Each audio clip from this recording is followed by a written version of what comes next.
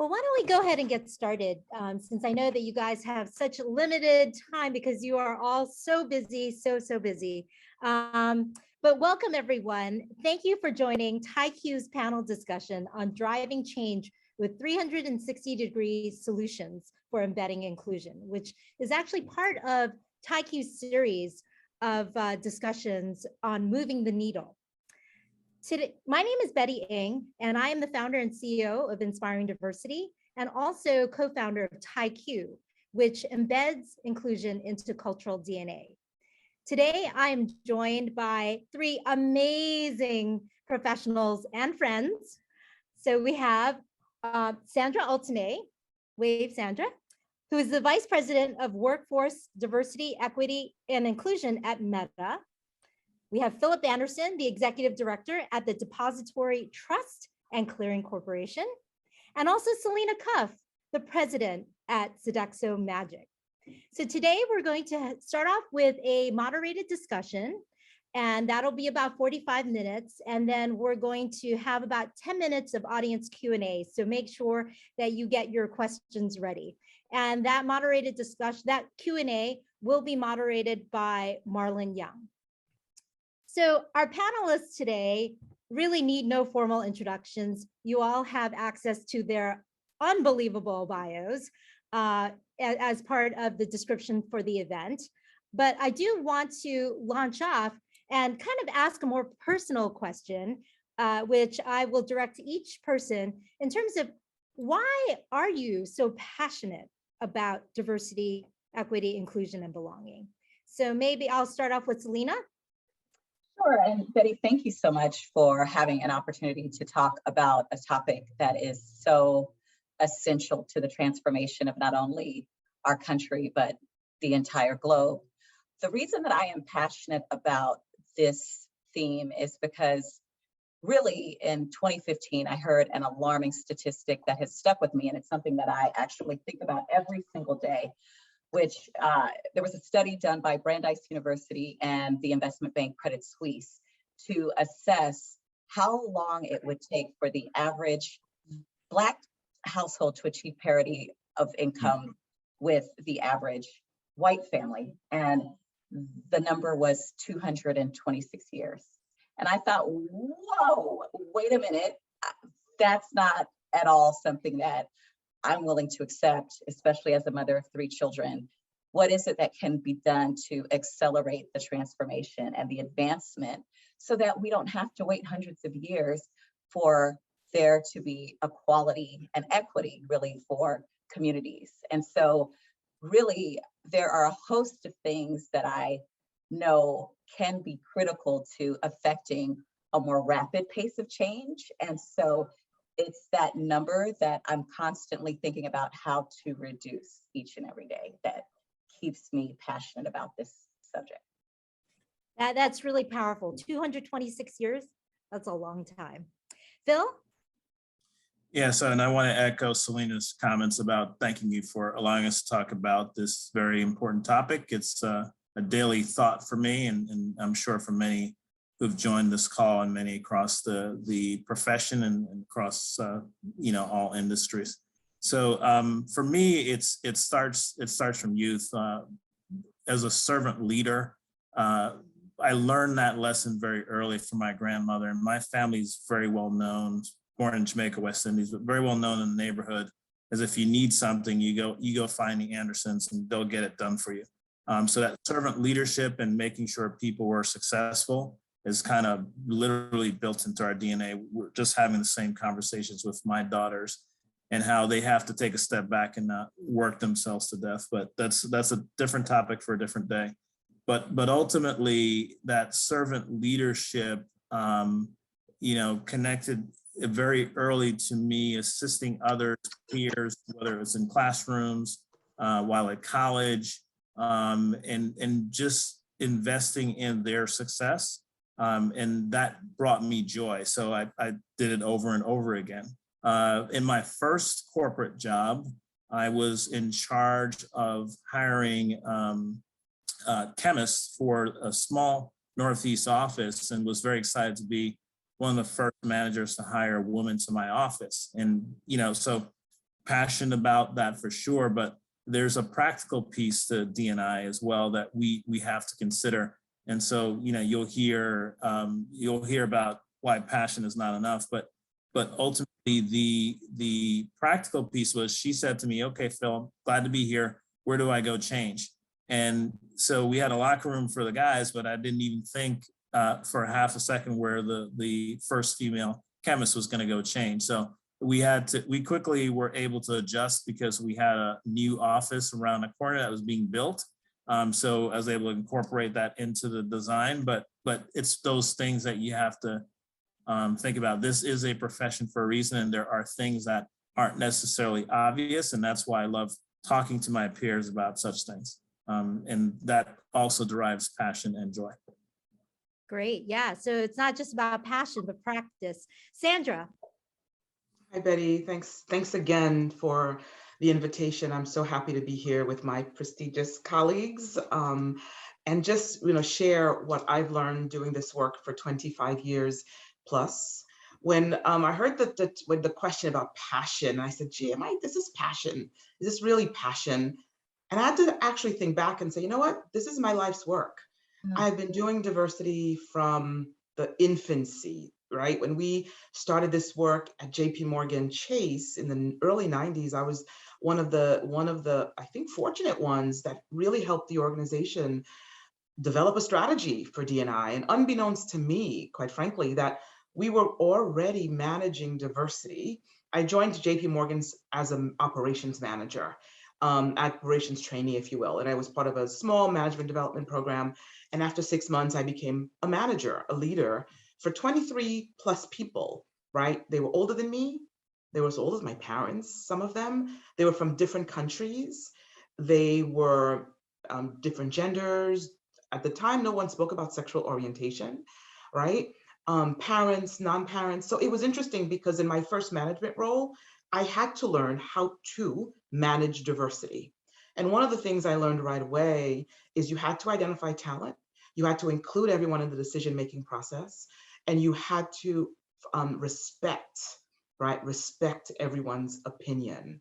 And I use those three tenets, if you will, to really help drive my career and help me become even stronger leader.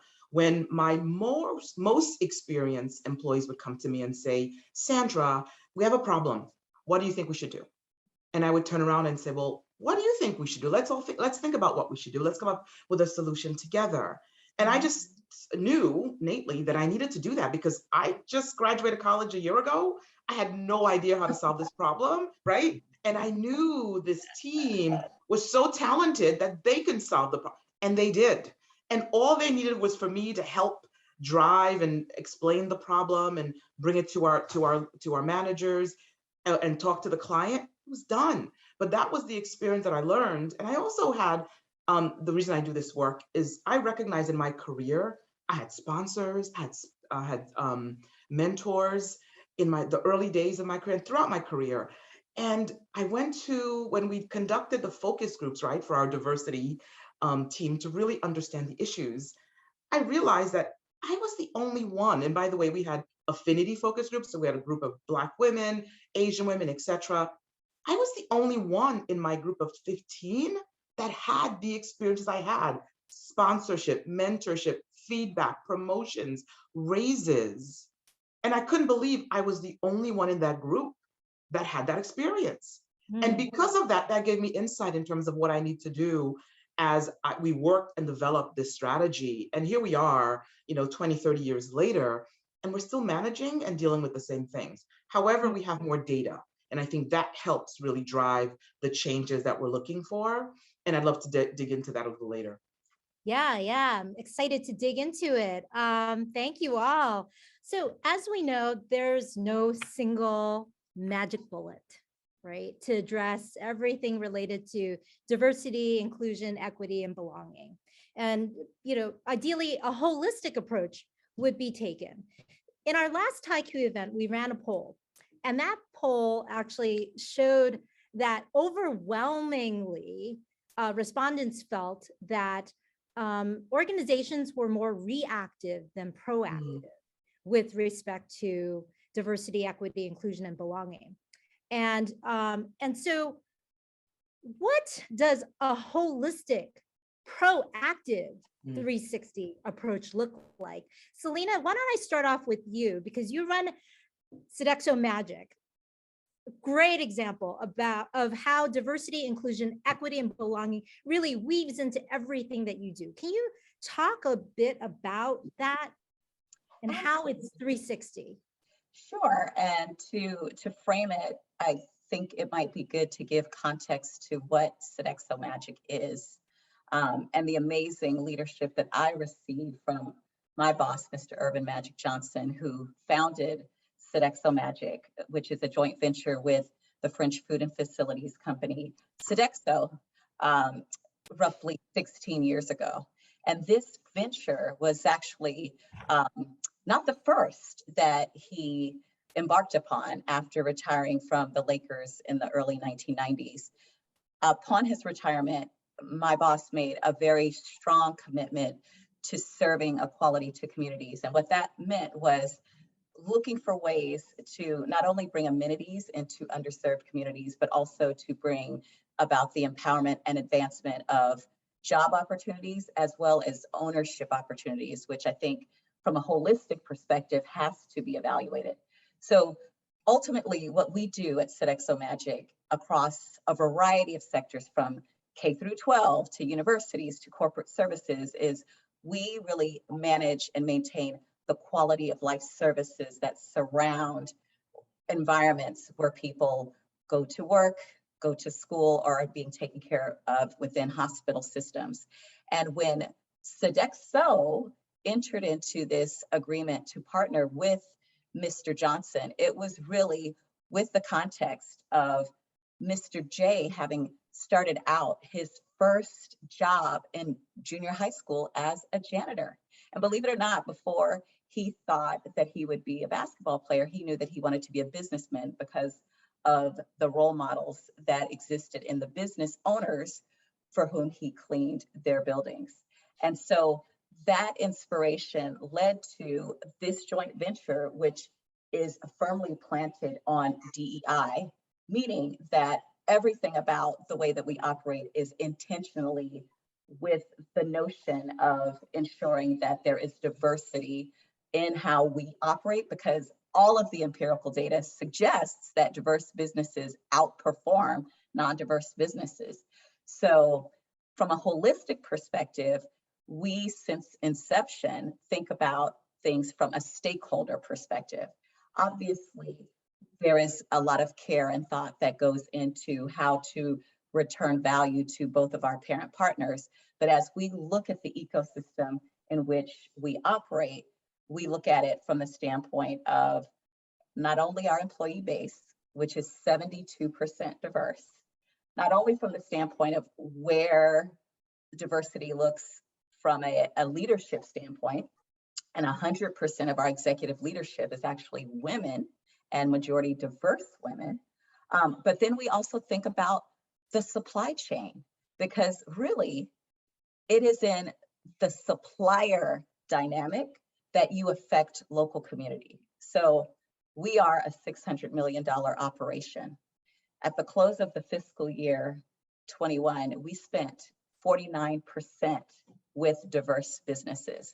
So we really think about all aspects of the ecosystem to assure that we are living out and fulfilling our vision, which is really to be an industry leader that is rooted in economic development, supplier diversity, and sustainability as a way to differentiate and also to close that economic wealth gap that I mentioned to you at the very beginning.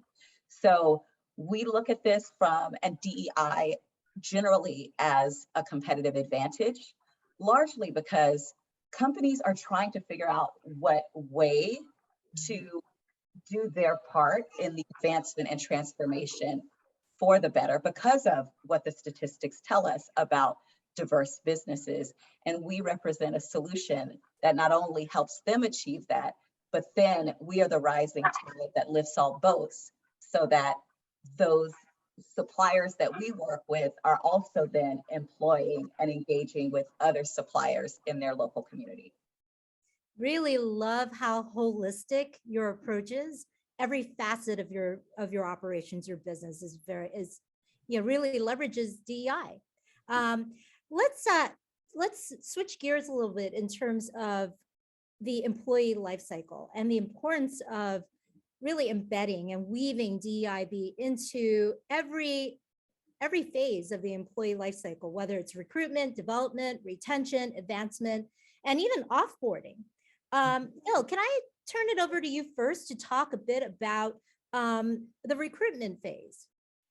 Yeah, sure. So let me just start back and say I'm glad Selena talked about the supply diversity in the broader community, because a lot of companies are shifting and driving their diversity initiative with an undertone or an overtone of ESG or social and governance kind of initiatives. That's merging, and it makes a lot of sense in terms of it's not meant to overshadow D&I, but it just incorporates everything that we do as an order to be a good corporate citizen. So stepping back to the embedding of all of the employee life cycles, it's easier said, and I'll give you examples around recruitment in a second, but easier said than done, but it requires a commitment from everyone, from all of the. Sorry, I'm hearing an echo. I don't know if anyone else hears that. Maybe I'll mute Okay, myself. well, Should we all mute our lines except for Phil? okay, perfect. Thank you, Sandra. And so one of the things that we have to do is have accountability built into the process of embedding everywhere. And embedding everywhere doesn't mean that you get rid of your diversity partners, which some companies have done in the past. That's just not a good practice. Again, I think I mentioned at the beginning, there's a reason why you have diversity people. And I learned very early in my management career that you just don't do things. It has to be intentional, it has to be thought through, those kinds of things. So embedding it is, to say embedding is very easy, very difficult to do. One example that if you're a hiring manager, either seeing this live or seeing it beyond here, that I want you to think about is, most hiring managers think about, am I being fair to my employees or to the company as a whole, but never consider, is the system or the process fair, right? So the one individual can be fair, but if it's systemic, then it requires a different change. And so that's one thing to think about. So from a recruiting perspective, when we go out, and there's various different ways that people can do this. But when you go out and bring people in, and I've had this experience, I've been a recruiter before, where you bring people in and your candidates keep getting rejected and you don't really understand why. And if you dig deeper, sometimes you'll hear, well, it's a fit. And then you dig a little bit deeper and you find out that they didn't think that the individual could be a good member of the team because they didn't like the same stuff that the hiring manager liked, right? So that's an example. But what does fit mean? Fit is the most often quoted reasons as to why someone isn't offered to move to the next stage or given. And we have to get beyond what does fit mean. We have to focus in on the skills required for the job and the skills that these individuals bring. And guess what? Diversity and inclusion, right? The differences that they may bring may be the game changer or the icing on the cake that you don't even know that you need, right? So you want to bring different people and different ideas so you can make better decisions and make at least look at things differently, so that ultimately when you go to recruit next, you start to figure out, well, what else do I need on this team to continue down this challenging journey? So that's one small example. there's so many different permutations of how recruiting can go wrong. And I can, if we had more time, we would talk about a variety of different things, but fit is the number one thing. That's a term that we should really get rid of in the recruiting process. And we should really focus in on those skills. And by the way, I love this example. When we build the JD or the job requirements to be exclusive, then you also have an additional issue or hurdle, and you won't be able to bring in folks from a diverse background. When you say, for example, I want 20 years of capital markets experience, you know, we can debate whether it's required or not, but what did the workforce look like 20 years ago? Should be the question. And again, remember, I'm being fair as a manager. 20 years is, you know, that's fair. Everyone can have 20 years, and they have 20 years, then great. But if it looked systemically, if it looked a lot different, or it was, you know, not diverse 20 years ago, then you're pulling from a pool that's not going to be diverse. So those are things that, you know, hiring managers really should think about, talent acquisition people should think about when they're looking at the recruiting perspective. Right. So yeah, even starting off with the job description, if you don't have the job description right, you're going to be limiting your pool from the get-go. So Sandra, I want to turn it over to you regarding, you know, the other aspects of the employee life cycle, and how do we weave DEIB into it effectively? Right. Well, I think great question, by the way. And I think the reality is that we have to weave D&I into every aspect of the employee life cycle. To Phil's point, how do we source? Where do we source? Do we have diverse candidates? We start off very simply at Meta. We have a diverse slate approach where we have a certain percentage of slates need to be diverse, right? And we do that in our tech organizations, and we do it in our functions and our business and sales and advertising. And I think that's so important, because what it does is it gives you the opportunity to see diverse perspectives, and we hold leaders accountable for that. That 100% of their, or at least 90%, I apologize, of their slates need to be diverse, be it a person of color, a woman, particularly in tech, right? So that's number one. So getting people in the door. Once they come in, like, what's the onboarding process like? Are people clear on what the expectation is of their roles? What will they be held accountable? Do they need help?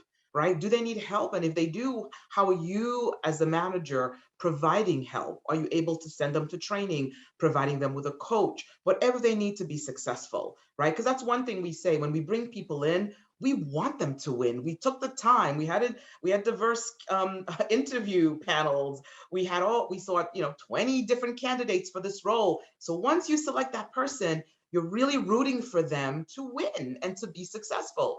And the question for us is, as they onboard, are they able to be successful? Are you providing them the right resources, the right conversations, the right goals that they can be? And if they are not, if they're moving a bit off, what do you do about it as a manager? Do you provide them the feedback to course correct? And that's one of the things I would say throughout the employee life cycle is so critical, particularly for women and people of color, is that they need to understand how they're doing. Are they excelling? Are they kind of in the middle of the road? Are they not doing as well? And if not, what's happening? And what do they need to be doing differently to be successful? Oftentimes, I hate to say this, but going back 15, 20 years ago, we used to hear, keep doing what you're doing great, right? That's not really feedback. And I still hear people say, not quite, my manager still is telling me I'm doing great, keep doing what I'm doing. And the reality is, as organizations, we have to help managers become even more effective in their roles. And that effectiveness means you have to provide feedback. You have to understand the promotion process. If someone comes to you and says, what's the next step for me? How do I get promoted to the next level? You need to understand what that is, and you need to provide that answer. I am still shocked that today I mentor a few young people, younger than me, and they say, I went to my manager and I asked, how do I get to the next level? And the manager says, literally last week, someone told me, my manager said, I'm not ready to have that conversation with you.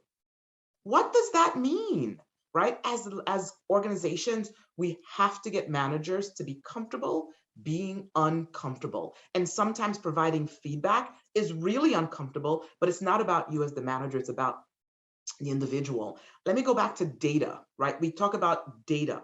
At Meta, we have data from the onboarding process, the career process, the performance management process, and as people leave. And we use that data to really help inform us around what are the right solutions that are going to drive success, right? So if we're hearing that employees are not getting information from their managers around, how do they get promoted? And we have a calibration process. We train managers on the calibration. We train managers on potential bias in the calibration process, potential bias in performance management. So as organizations, we need to understand that you want top talent, you want that person that you made the offer and you were high-fiving because they said yes. You want them to stay and continue to say yes in your organization. The war for talent is real, right? We heard about the great resignation.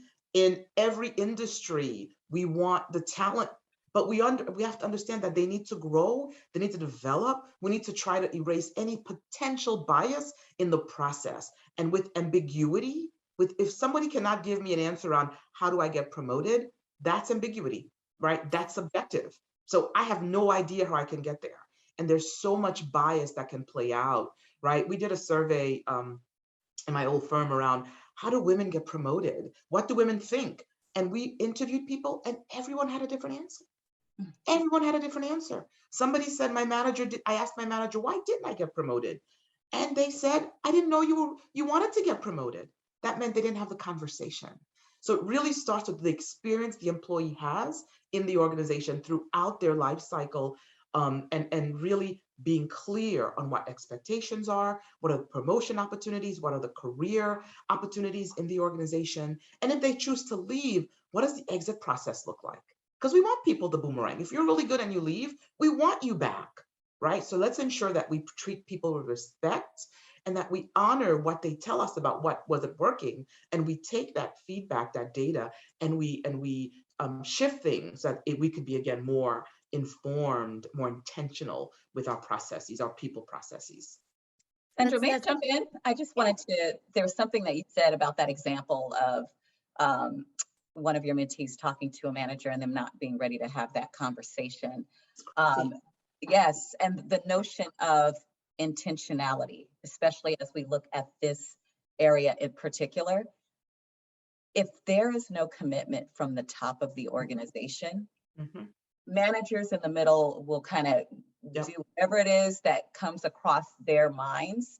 And so there has got to be a cohesive strategy from the top that says that this is important, hopefully to mitigate the chances that something like that can happen. That breaks my heart to hear, but I know it's happening every day, all day, and it's probably the norm than it is the exception. And so to the extent that companies are serious about this, there really needs to be cohesion from the top. Agreed. And I would add, this person was not at Meta, it was a different company. But what I did is I gave them a game plan. Right? And that's what we have responsibility to do as leaders and sponsors and mentors, is to help that person go back and say, here's what I need from you. Here's a framework, right? Where we can add and we can be clear on what I need to do, right? And the reality is this person will probably leave the company and they're amazingly talented. But I agree with you that it comes from the top, but it comes from the middle, it comes from the bottom as well. We need every level, every employee of the organization to understand the importance of having equitable outcomes, of building the talent, right? We touch on our platforms 3 billion people. 3 billion people around the world. That's huge, right? So we need to understand people's experiences. And I can tell you our MBRGs, our Meta resource groups, they hold us to task. If something is happening on our platforms, they're like, yo, what's happening? Why is our policy like this? What can we do to change? And I can tell you that we take that very seriously, the feedback, right? Going back to systemic, we take that very seriously because every employee at Meta should feel valued, respected, and heard, and quite frankly, push us to take action to ensure more equitable outcomes, not just in our people processes, but in our policies, our platforms, what we develop, and all of that. And just one point to kind of cap the conversation is back to accountability. there has to be the incentive for the better behaviors and the penalty for bad behaviors, that we need to hold our colleagues accountable to all of this, because if we don't, it's whether it's and this is the tough part, organizations are doing well, they're performing well, but they don't realize they're missing the potential to be great, right? Yeah. That's what's missing. And if you could leverage and get everyone, again, kind of rowing in the same direction, how much more can you accomplish? And that the accountability piece is really what's been missing over time. Great point. Yeah, absolutely. Accountability is key for sure. I just wanted to launch a very quick poll. I know, Sandra, everybody else loves data. So let's launch our first poll in terms of organizational approach. So the first poll is, my organization's approach to DEIB is, and you select one, more top down, so policies, directives from senior leaders, more bottom up in terms of employee driven, focus on developing inclusive behaviors at an employee level, or truly 360, very comprehensive, both top down, bottom up, comprehensive. And the panelists can also vote if you so choose.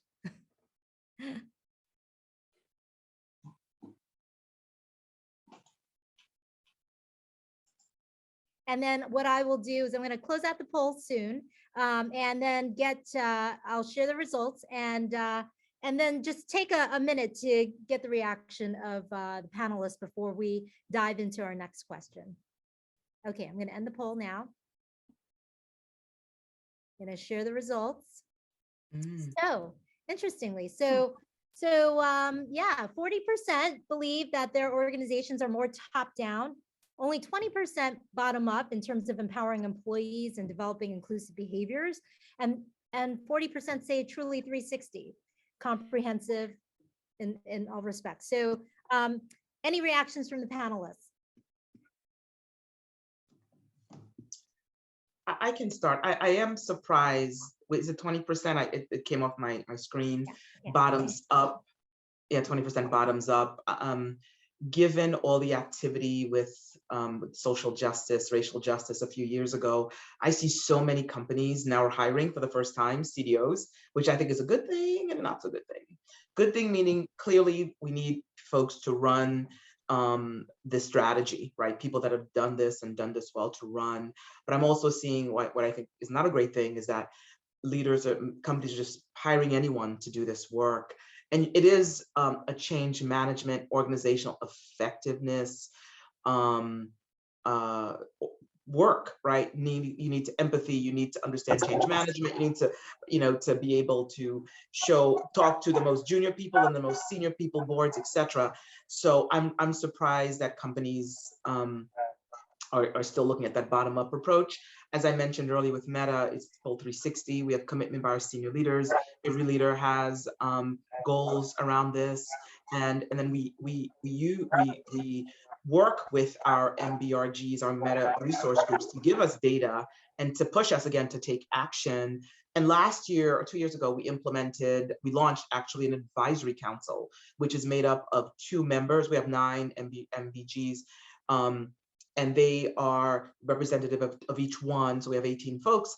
And anytime we change an HR policy, anytime we bring in a policy around our platforms, they come to the advisory council, because the advisory council comes together, they give different perspectives. Because think about it, we have 9 ERGs, women, Black, Hispanic, Asian, LGBTQ, interfaith, so disability. So there are a lot of perspectives there. And they provide an opinion, right, that we take into consideration when we make decisions. So it's really important to have that full 360 process. And again, I'm just surprised that organizations are still doing the bottom up, because that's harder. It's grassroots. It may have made sense 20 years ago, 30 years ago, but there's so much more happening now. And even with when I mentioned racial justice, yes, companies are getting more CDOs, but now they're being asked a question: what percentage of your board is diverse? What percentage of your senior leaders are diverse? So there's more of a need to understand what else is happening besides just having the CDO. Right. Great. Let's move on to our next question. So you guys have talked about a lot of very important things. But as we know, prioritization is so key because, you know, a lot of times companies don't have the resources to do everything, right? And so wanted to hear from you all in terms of, you know, where do you begin? Where do you really begin? How do you prioritize that? And what have you seen to be impactful? Maybe Selena, let's start off with you. I am a big fan of agile operating models, and the framework that I believe in, although I'm sure that there are many others, is John Doerr's OKRs, Objective Key Results. I think if you want focus and you want accountability, you have to set an objective, and then you have to make sure that you identify goals and a strategy to achieve that. And the only way that you can really know whether or not you're successful is to measure the data. And so when I think about what it takes intentionality beyond just the words and the lip service. But each department or function has to start from a baseline and a desire to continuously improve. I think when you, let's say if you're first starting out and you're trying to assess what to do within your company to see greater diversity and equity, it really comes from looking at your peer set. Who's in the marketplace doing it very, very well. I love that we are an industry leader in this space and that our clients come to us for that advisory relationship on how to get it right within their organizations. There's a group of companies that I think are doing exceptionally well, and that group is called the $1 Billion Roundtable. $1 Billion Roundtable companies have said, you know what? We are going to do our part in this transformation by declaring that each and every year we commit to spending $1 billion or more with diverse businesses. And what I've found is with these companies, which include Disney, it includes Merck, it includes Toyota, big blue chip companies, is that their intentionality around spending with diverse suppliers also matches the effort and energy that they place inside of the organization to see advancement, as well as the type of direction that they are getting from their board. They are, as Sandra had mentioned, you're starting to see a lot more intentionality around understanding what the landscape looks like beyond just the employees. Because while it's great to have diversity and equity amongst the employee base, we have to really think about where the power sits and how are the decisions being made to ensure that there is distribution of power. And so where I look at starting is first establishing some objectives that can be measured. And when you actually meet or don't meet those specific goals, then at least you understand where to go from here or there. But without having something that you can measure, it's all just talk. Yep, ability to measure is very important. Let's actually jump to another question because, you know, Selena, you mentioned intentionality. Intentionality is so important.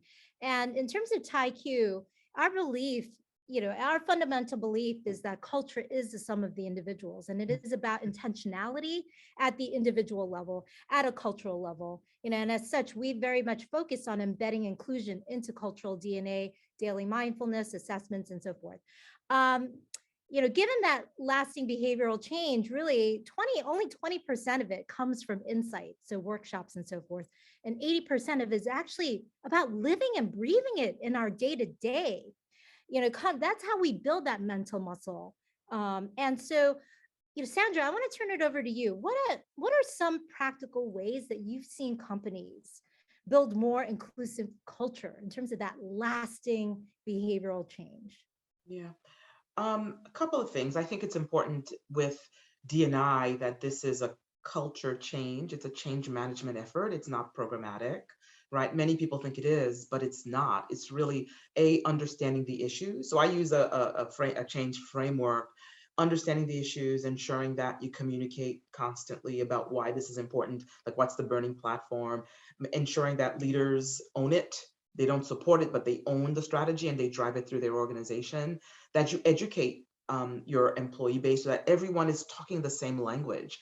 And when we talk about diversity, equity, inclusion, what does that mean? When we talk about imposter syndrome, what does that mean? Bias, what does that mean? It's so important to, education for me is table stakes, because you need the lexicon in order for us to move forward. Without it, if people are still unclear, like what's the business case, and people are still asking for that, by the way, which is a little startling, concerning, but the reality is we need that baseline, and then we need to measure, to your earlier point, Selena, we need to measure what are we doing, and measuring diversity is, in the diversity space, is tricky, right? Because you can't really set goals like you would sales goals, but you can set like diverse slate goals. You can certainly set that.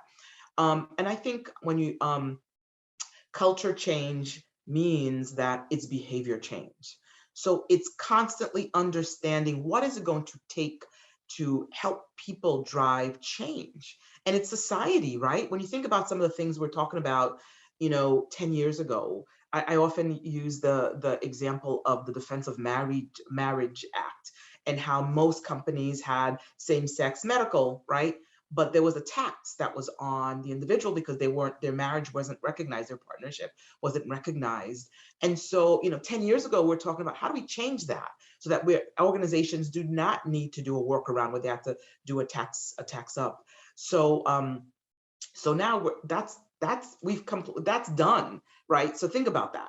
So even the behavior and the conversation around same-sex marriage, is it even part? It's just something that exists. It's, again, table stakes, right? And so as we learn and we grow and we change systems, right, then we change behavior. As I mentioned, my calibration process, we provide information. There is somebody facilitating that. That you do that 3 or 4 times, that changes behavior. The questions you're asking are going to be different, because we're not only are we educating, but you're also immersed in a process that drives change. So I think that's a really, really important thing. It's one thing to just educate and highlight. Yes, you can do that, but how do you help people go to different sources to get diverse candidates? You go to the Spelmans, you go to the Howards, and you hear and you see difference, and you start to act differently. And yeah, you may be uncomfortable the first 2 or 3 times you go, right? If you don't belong to that race, but then you go your 5th time, your 6th time, you're like, I get it. And that drives behavior change. I just want to add on to what Sandra said. I could not agree more. HBCUs are an incredibly important component of our strategy to enable diversity. There is a lot of talk for years and years and years about, well, we don't know where to find good technical candidates. We just don't know where to find them. And I'm like, there's over 100 HBCUs and other universities that are in diverse communities that can be leveraged as a resource. Or even my alma mater, Stanford University, roughly 50% of African Americans that graduate from the school are either engineering or computer science majors. So that's right in the backyard of Silicon Valley. And so I think being able to help others expand the networks that they even have is a catalyst for greater equity. Yeah, and at DTCC, the same, right? So you mentioned HBCUs. We also obviously take a look at Hispanic serving institutions and drive that. But the behavioral change is a really important question.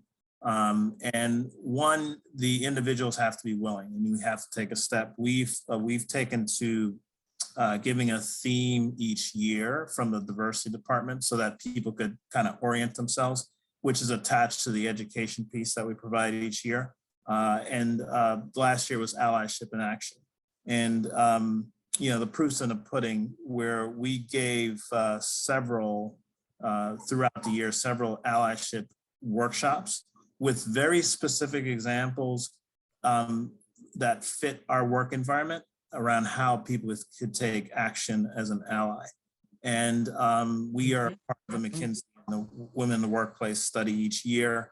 And a year ago, we scored a number. I don't know if I can say the number, but we scored a number on the McKinsey self-ID score of being an ally.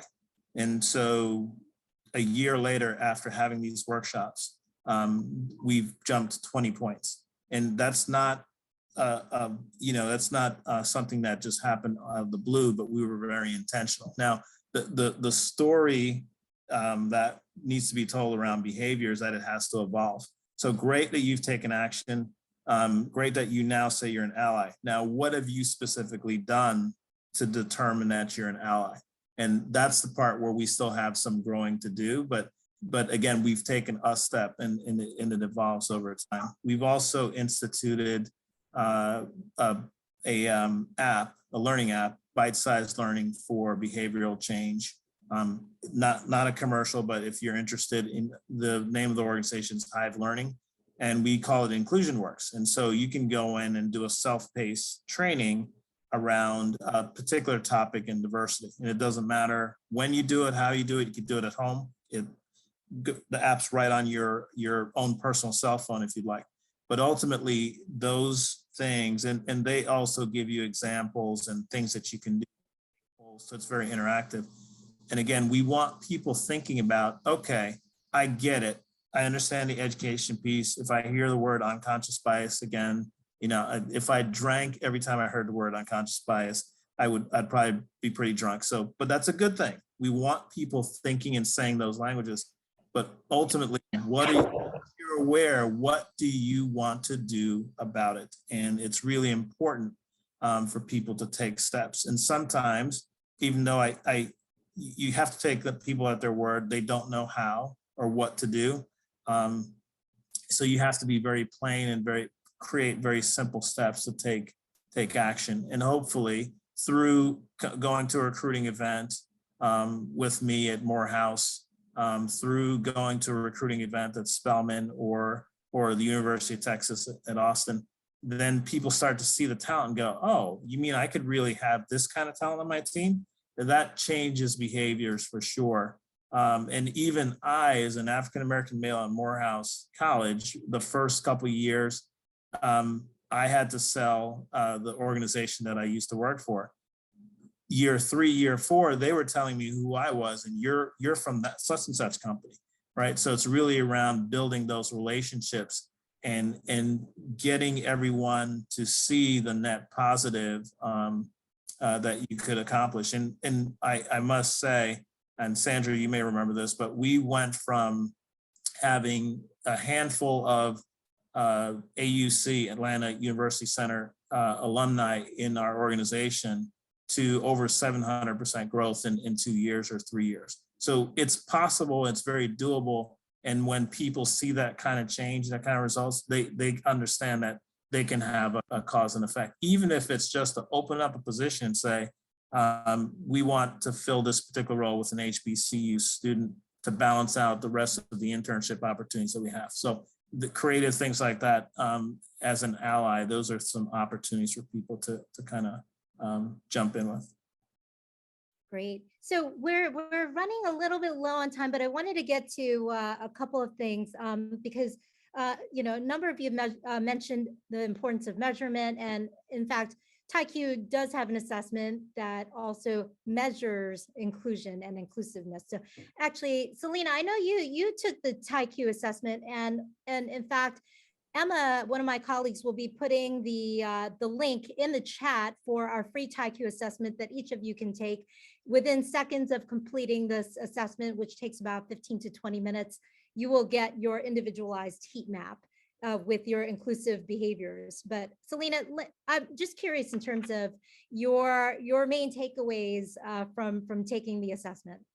Yeah, I think what I found most fascinating about the assessment is that it helps you to think about key areas along the spectrums of not only how you think, but also how you act around others. But then there's the interaction that is also measured. And so that interaction comes with others, and what you may be thinking and how you may be performing individually may or may not be the way in which you're interacting with others. And so I found the assessment to really be helpful with respect to understanding my cultural competency, how collaborative I think I am versus act versus interact with others, how curious I am about things that are either in my wheelhouse or outside of it, as well as how biased or unbiased I am. And I'm sure that there are other elements that are measured, but the ones that really stick out to me relate to, number one, how I show up around others. So that collaborative piece, because that's how the real work gets done, is being able to enroll others to affect the change that you want to see. But then also recognizing that biases can influence the way in which we think, the way in which we act, but especially the way in which we interact with others. And so for me, especially around the interaction, I feel like it is a constant effort to try to cultivate a greater mindset and taking the time to strengthen relationships with all people, even those that may have different opinions than I do. And then also try to manage the instinct to assume or prejudge based on whatever experiences I've had in the past. But I found the assessment to be quite helpful to just really be thoughtful around how I engage, as well as how I think about the world and what's possible in my interactions with others. And because I did take the assessment too, just like any other assessment, context matters. And so you have to go deeper. That's the baseline. You have to go deeper. Think about one, what does this mean within the context of my work environment versus outside where, where I'm in the community, versus your house of worship. Their context matters. And so think about what that means, but also then that should inform you of the actions that you could potentially take to move forward. And so just consider that, the assessment is the beginning of the process, not the end. Absolutely, absolutely. It's a great way to, it's a great snapshot in terms of where you are, but yeah, it is about that daily mindfulness and really embedding it into our day-to-day. So we have about 5 minutes left. Let's launch a very, very quick poll, since we are celebrating Black History Month and also the upcoming Women's History Month. Just wanted to launch a poll in terms of, with respect to Black employees, my organization is effective in the following: hiring, developing, retaining, advancing, and offboarding. And then also with respect to women employees, my organization is effective in the following. So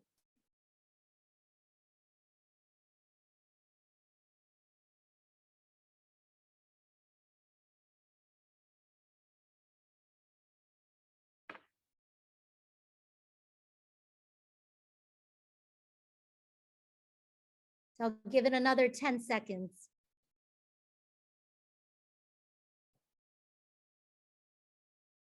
Actually, I think that I'm going to end the poll now. Let's share the results. Can you all see the results? So do we see any significant differences between the two? Actually, any initial reactions from the panelists?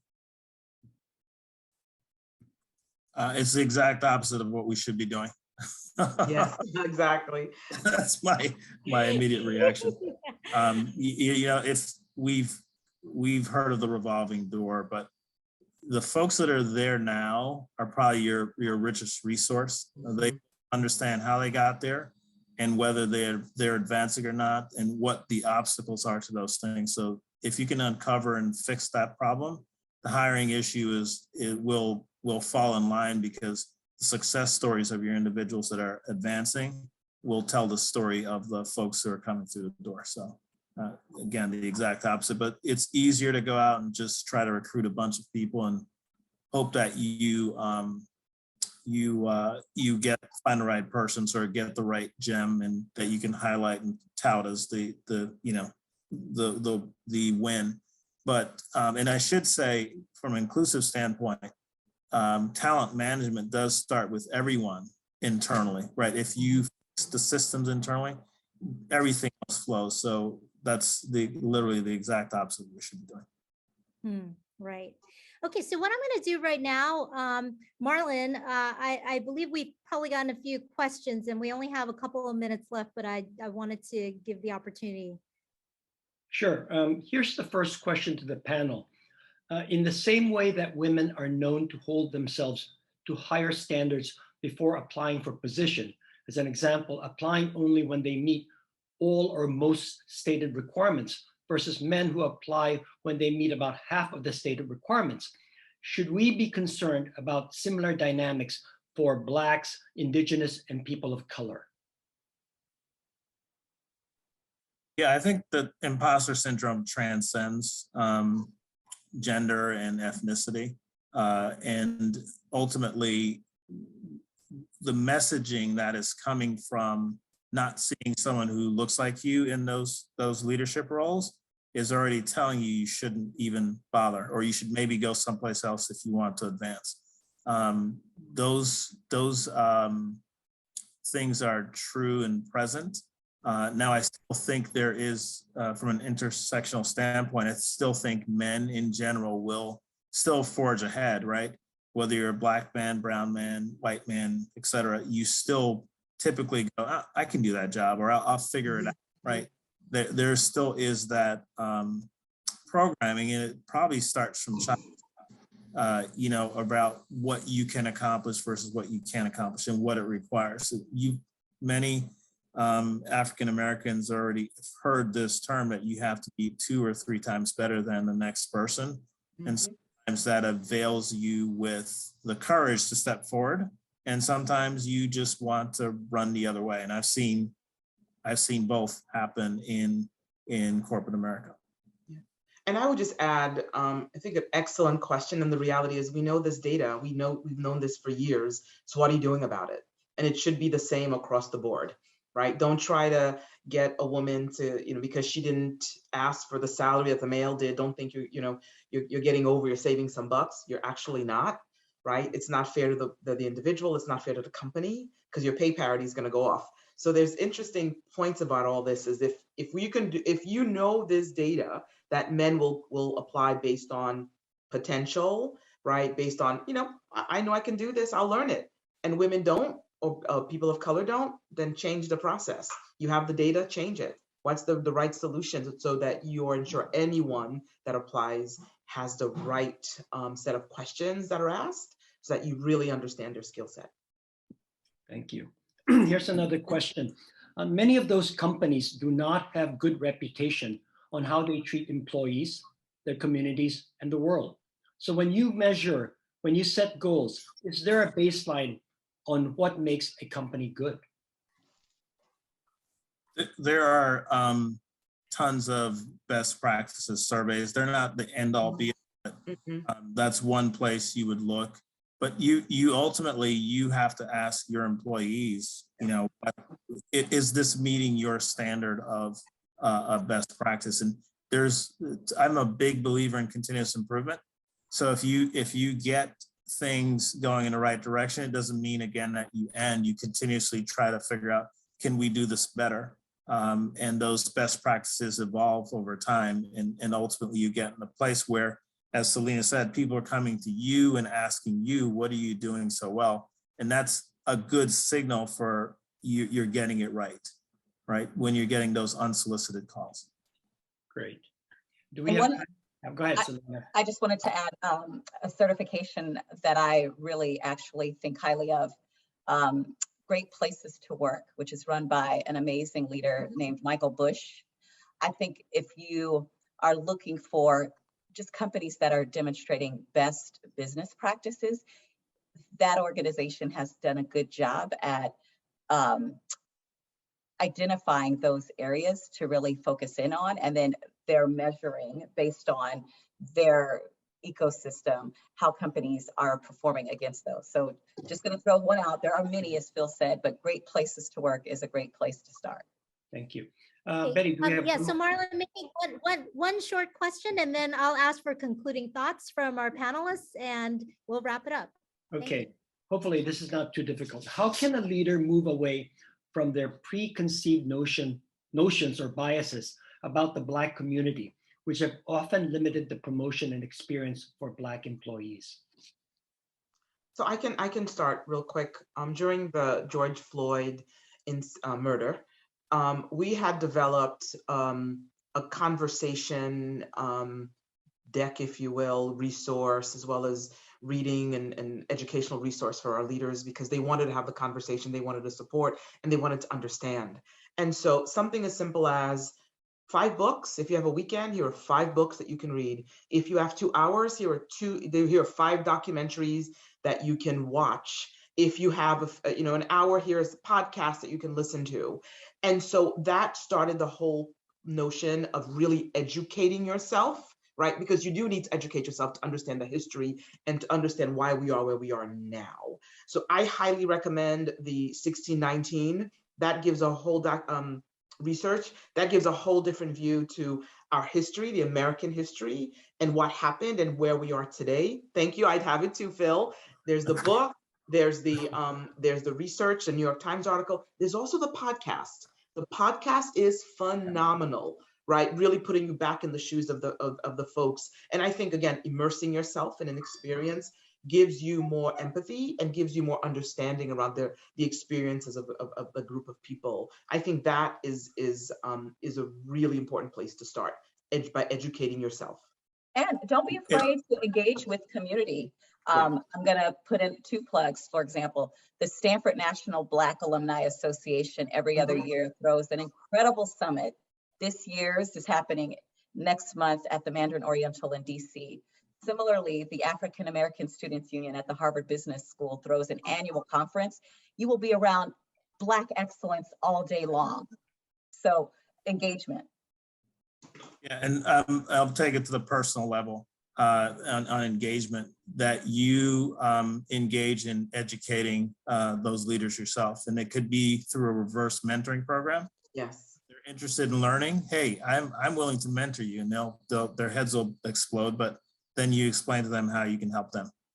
And if I could add one thing, Yes. take a chance and become a friend of a person, right? Because I've often spoken to leaders and they're like, I don't have any Black friends. Yes. Wow. Right? So try to build a relationship with someone, with me, with Phil, with someone, so that you can form a relationship, right, of trust, so that you can ask the tough questions. So when someone says that, that's hard to kind of swallow. Says you can make friends, you work with people, maybe not in your neighborhood, but you work with people, have lunch, have a monthly lunch with someone. So again, you develop that authentic relationship, right? Where you can feel a bit vulnerable, because that's when change happens, when you have a visceral reaction to something, when you read something, when you listen to something, when you interact with someone and you hear about their experience. You hear about, like, my daughter who was in high school and who's driving to school. And I said, hey, Natalie, are you driving safely? You're stopping at the stop signs, you're stopping at the red light. And she tells me, Mom, I'm not trying to be the next Sandra Bland. Let that sit with you as a parent, to hear your child say, I'm not trying to get killed. Wow. You're not going to hear that in a meeting. You're going to hear those examples by having conversations and building those relationships of trust. Thank you. Turning it over to you, Betty. Oh, well, so just wanted to turn it over to the panelists for any concluding thoughts. I've really enjoyed this conversation, but, anything that's top of mind. I know you guys have to head off to your next meetings, but any concluding thoughts? I'll keep it short. And one of my favorite things Sandra used to say to us, because I was part of her team, was managers need to get comfortable with being uncomfortable. So I'll leave that as the takeaway.